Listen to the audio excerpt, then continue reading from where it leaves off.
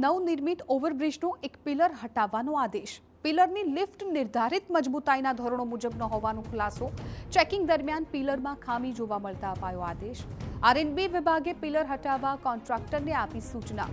Pillar ગુણવત્તા સહિતના ધોરણો મુજબ સ્વખર્ચે બનાવવાનો આદેશ। આદેશ બાદ કોન્ટ્રાક્ટરે આદેશ મુજબ પિલર તોડવાનું કામ શરૂ કર્યું। નટરાજ ફાટક પાસે 89.31 કરોડના ખર્ચે નિર્માણ પામી રહ્યો છે ઓવરબ્રિજ।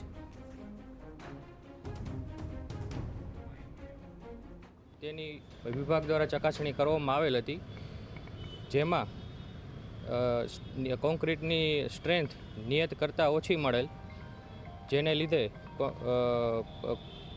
પિયર તોડવા માટે કોન્ટ્રાક્ટરને વિભાગ દ્વારા સૂચના આપવામાં આવેલ હતા, જેના ભાગરૂપે કોન્ટ્રાક્ટર દ્વારા પિયર તોડવાની કામગીરી હાલમાં કરવામાં આવી રહેલ છે।